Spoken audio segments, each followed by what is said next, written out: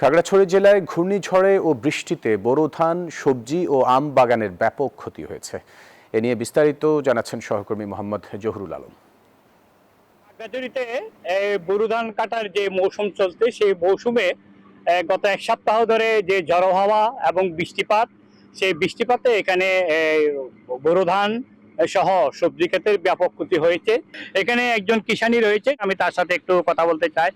আপনাদের ধান কেমন হয়েছে? বোরো ধান অনেক ভালো হয়ে গেছে। ধান কাটা কি শুরু করেছেন? হ্যাঁ, তো বৃষ্টি কি?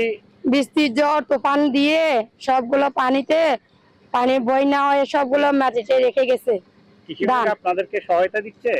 কৃষি আমাদেরকে দেখতে আছে এবং সহযোগিতা কিছু দেয় নাই।